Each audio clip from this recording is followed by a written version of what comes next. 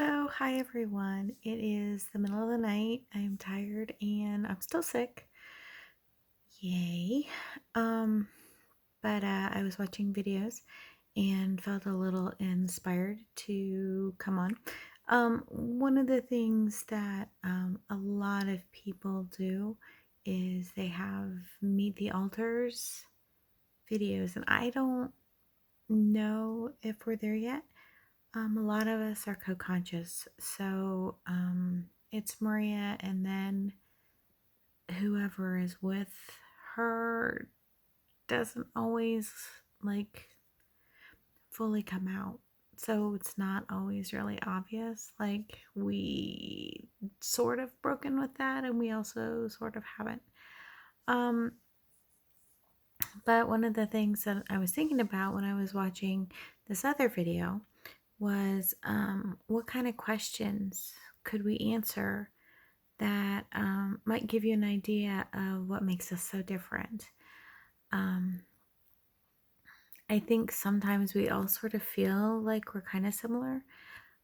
Again, we've all worked behind the scenes together, and well, Maria is her own alter and has her own interests. We've sort of influenced each other. Um, And so we do have some different answers, and we're not really sure what to ask ourselves.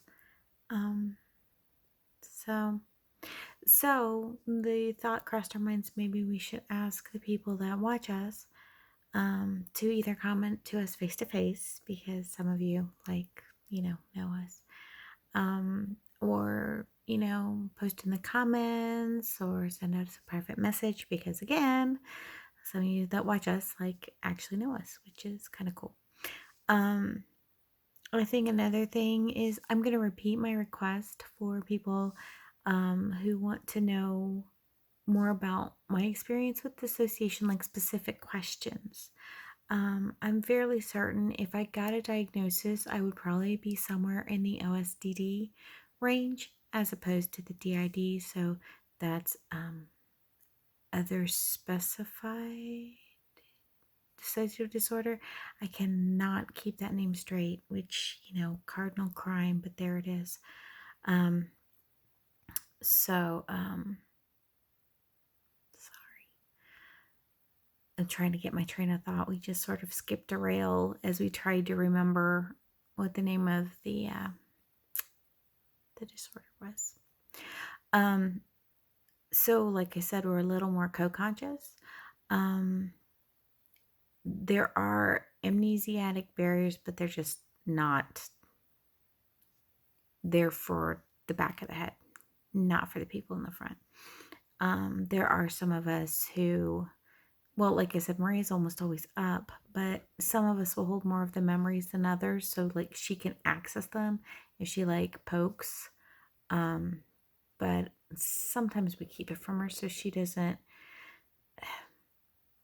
So like people will say something, like people like us, one of us will say something, and the reply will come back, and Maria will be sitting there going, I don't know, and she's caught like completely flat-footed. So I don't know. Without talking to a professional, it's really hard to say what the diagnosis would be. I'm running out of room on my video, so I can't talk too long. One of the things we did get a question about was protectors. Basically, every altar is some kind of protector. At least this is, I don't know if you'd say definition. Just because basically a protector is someone who protects, and the trauma holders protect the host from knowing what that trauma is. So they're kind of taking a hit for the team right there. The host is protecting everybody inside and kind of serves as a first line buffer, basically. So like Maria will take a lot of the hits, and then it's up to the rest of us to then shift her out or help her get back on her feet or whatever. Give her a minute, whatever. There's those of us who, like, since we've been sick, They're actually really, they're out there. I think she's been a lot harsher because they haven't been out for a while, and she's kind of shifted where she was. So, that's been a little different. And they're just like protectors, like what you would think. They're people who are, we have a strategist.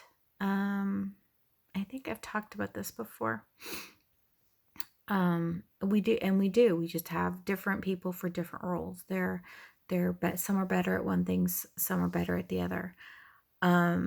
We have a new primary protector now. They're not really a co-host, but they're someone who recently developed and fairly aggressive. So they're a little hard to. We're still trying to figure out how to work together. They're really good at their job, though. I mean, that's the thing, they really are. It's like harsh, but there it is. So, and he'll flip in fairly regularly when we're agitated. And then, like all the other co-hosts, they're protectors in the sense that, they've helped the system hide. So no one could tell.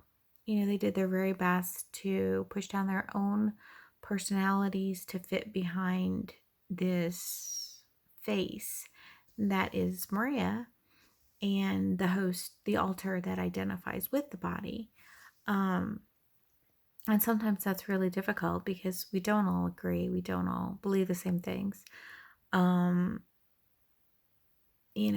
So the protector thing's a little hard to figure out how to describe, because if you really, like, I think the basic question was, if I understood it, basically, what does a protector do? And it's kind of a traditional answer in terms of not the general protecting that a system does for itself, but the people actually designated as protectors. There are defender protectors, and there are more aggressive protectors, the attackers, antagonists. I'm not sure how you want to say that. And kind of almost a military kind of thinking, really, because like if you could see the police line back there, you would understand what I'm saying. These are the people that you'll meet when the system feels like it's under attack. Like that's why they're out now. My system is under attack. It's a physical attack. It's a health attack. But, they feel it. They're out. They're policing what altars are coming forward. I've actually had a number of altars that just are not allowed in the front right now. So, I don't know. I feel like having a conversation through here is helpful, but it would be good, I think, if anybody could explain to me if I answered their questions or gave me any more questions. I don't always feel super directed, and especially without Lacey present, we kind of don't know what to do. So, yeah, if you guys could give suggestions for an altar questionnaire, or hey, did we answer your protector questions, or what have you, that would be great. Leave a comment, talk to us. If you're new and just catching us, like and subscribe. Thanks. Bye.